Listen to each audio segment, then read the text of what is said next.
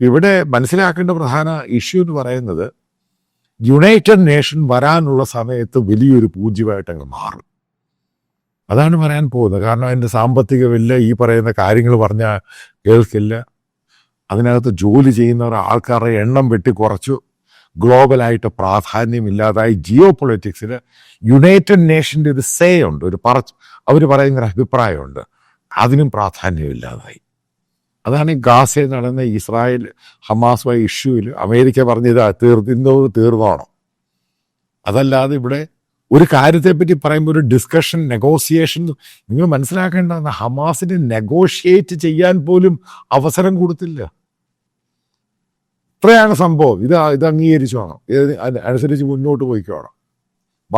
ബാക്കി ഡിസ്കഷനൊന്നുമില്ല. ഇത്ര മണിക്കൂറിനുള്ളിൽ ചെയ്തോണം, അല്ലെ നിന്നെ പുറത്താക്ക്. അതായത് അപ്പോഴാണ് നമ്മൾ ഉദ്ദേശിക്കുന്ന യു എന്നിൻ്റെ റോളില്ലാതായി ഗ്ലോബലി. അതായത് ശരി, ആഫ്രിക്കൻ രാജ്യങ്ങൾ പോലും ഇത് മൈൻഡ് ചെയ്യത്തില്ല. ഇപ്പോൾ യു എന്നിൻ്റെ ഒരു മെമ്പർഷിപ്പ് കിട്ടും, അതിനെ അംഗീകരിക്കുക, അതിന് വലിയ പ്രാധാന്യം ഉണ്ടായിരുന്നു ഒരു സമയത്ത്.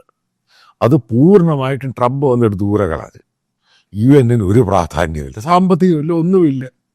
അപ്പോൾ ആ ഒരു രീതിയിൽ ചരിത്രപരമായ ഒരു വലിയ തകർച്ചയാണ് യു എന്നിലുണ്ടായേക്കുന്നത്. ഇനി യു എന്നിൻ്റെ ഒരു പ്രശ്നമുണ്ട്. അതിനകത്ത് ഈ പറയുന്ന ലെഫ്റ്റ് റാഡിക്കൽസും ഈ പറയുന്ന റാഡിക്കൽ ഇസ്ലാമിനെ അനുകൂലം ചെയ്യുന്ന ഒത്തിരി പേർ അതിൻ്റെ എൻട്രി കയറി. ഇവരെല്ലാം കൂടെ ചേർത്ത് തുലച്ച് കഴിയുമ്പോൾ അമേരിക്ക തീരുമാനിച്ച് ഇവരെ അങ്ങ് തുലയ്ക്കാൻ. ഇതതിൻ്റെ പ്രധാനപ്പെട്ട കാരണം. കാരണം അമേരിക്കൻ ഇൻട്രസ്റ്റിൽ പോകുന്നില്ല. ഈ പറയുന്ന ലെഫ്റ്റ് റാഡിക്കൽസ്, മറ്റുള്ള ഇസ്ലാമിക് റാഡിക്കൽസ് ഇതിനകത്ത് എൻട്രി ചെയ്തു.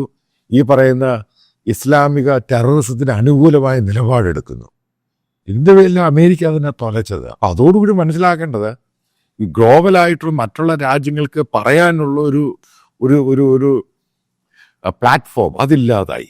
എല്ലാവരും പോയി അമേരിക്കയുടെ കാലയെ പിടിച്ച് പറഞ്ഞോണം. അവർ പറയുന്ന പോലെ ലോകം, അതായത് ഗ്ലോബൽ ഓർഡർ മുഴുവനും അമേരിക്ക തീരുമാനിക്കുന്നു, മറ്റുള്ള രാജ്യങ്ങൾ അത് ഫോളോ ചെയ്തോണം. ഈ ഒരു മാറ്റമാണ് ഈ വാറുമായി ബന്ധപ്പെട്ട്, അതായത് ഹമാസിനെ കൊണ്ട് സറണ്ടർ ചെയ്യിപ്പിച്ച് എല്ലാം അമേരിക്ക പറയുന്നത് ചെയ്തോണം ആ രീതിയിലാക്കിക്കൊടുത്തു. അല്ലെ ടോണി ബ്ലെയറെ കൊണ്ടുവന്ന് അവിടെ ഇരുത്തി അമേരിക്ക മോണിറ്റർ ചെയ്യുക അവിടുത്തെ കാര്യങ്ങൾ, ആ രീതിയിലാക്കി കൊടുത്തു.